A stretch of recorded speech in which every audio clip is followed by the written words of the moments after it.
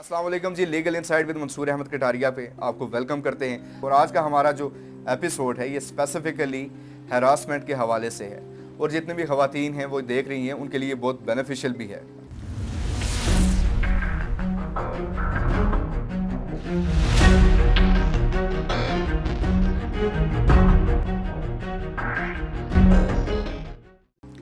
अब कितनी ख़वातीन अपना पेट पालने के लिए, अपना बाल बच्चे का पेट पालने के लिए और इस अफरा तफरी के दौर में एक अच्छी लाइफ गुजारने के लिए नौकरी भी कर रही हैं, मुलाजमत भी कर रही हैं। और ऐसी वर्क प्लेसेस भी हैं जहाँ पे उन्हें हरासानी का सामना करना पड़ता है या उनके साथ हरासमेंट की जाती है। और कई ख़वातीन सिर्फ ये जानते हुए कि इसके ख़िलाफ़ कोई रेमेडी अवेलेबल नहीं है वो अपनी ज़ुबान बंद रखती हैं, वो खामोश रहती हैं। ऐसा हरगिज़ नहीं करना चाहिए, क्योंकि पाकिस्तान के अंदर ऐसे कवानीन मौजूद हैं जो आपकी भरपूर तर्जमानी भी कर सकते हैं और ऐसे लोग जो ऐसी हरकत करते हैं उनके खिलाफ एक्शन भी लिया जा सकता है। और ऐसा ही एक लॉ है, the protection against harassment of women at work place 2010, और उसके अंदर 2022 में एक अमेंडमेंट भी हुई है। अब ये लॉ कहता क्या है? इस लॉ के अंदर हैरासमेंट या हरासानी की एक डेफिनेशन की गई है और हरासानी को एक बड़े आसान तरीके से और इतने माइन्यूट लेवल तक डिफाइन किया गया है कि इशारे से भी कोई खातून हरासां हो सकती है।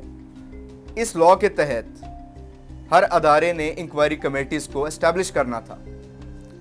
अब लेट सपोज एक खातून है, उसके साथ हरासमेंट का केस होता है, उसके पास कौन सी ऐसी रेमेडीज अवेलेबल हैं? दो रेमेडीज अवेलेबल हैं, एक है इंक्वायरी कमेटी और दूसरी है एबर्ड्समैन।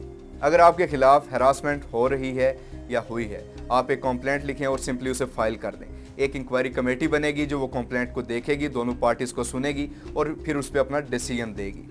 अगर ऐसा नहीं होता और आपको लगता है कि वो अदारा आपके खिलाफ बाइस्ड होगा या वो इंक्वायरी कमेटी आपके खिलाफ बाइस्ड होगी, तो आप इसका दूसरी जो रेमेडी अवेलेबल कर सकते हैं वो ये है कि आप ओम्बुड्समैन को एक एप्लीकेशन दे सकते हैं। ओम्बुड्समैन को आप सादा अल्फाज में मुहतसिब भी कह सकते हैं। वो स्पेसिफिकली इसी काम के लिए ये अदारा इस्टेब्लिश किया जाता है।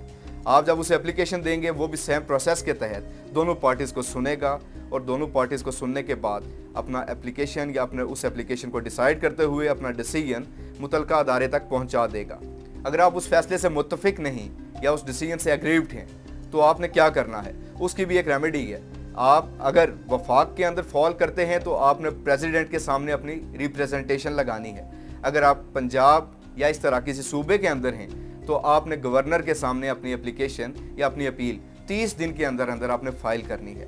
इस तरह आपका जो मामला है, जो हरासमेंट का मामला है, वो मंतकी इंजाम को पहुंचेगा। तो आपको कौन सी दो चीज़ें बताई हैं? सबसे पहले ये, अगर हरासानी हुई तो आपने क्या करना है, इंक्वायरी कमेटी के आगे एप्लीकेशन फाइल करनी है। और दूसरा क्या है, अगर आप इंक्वायरी कमेटी से मुतमिन नहीं हैं तो आप ओम्बुड्समैन को एक एप्लीकेशन देंगे। वो उस तमाम बात को, तमाम उस मामले को सुनने के बाद उस पर डिसीजन करेगा। तो अगर आपके खिलाफ हरासमेंट हो रही है, हरासानी हो रही है और आप उसके बावजूद खामोश हैं, तो याद रखिए सिर्फ आप खामोश नहीं हैं, आपकी वजह से कई और ख़वातीन भी खामोश हैं, जिसकी वजह से पूरे माशरे का तवाज़ुन बिगड़ सकता है। अगर ऐसा कोई भी मामला होता है तो आज ही जाइए और अपनी एप्लीकेशन, अपनी कंप्लेंट को फाइल कीजिए।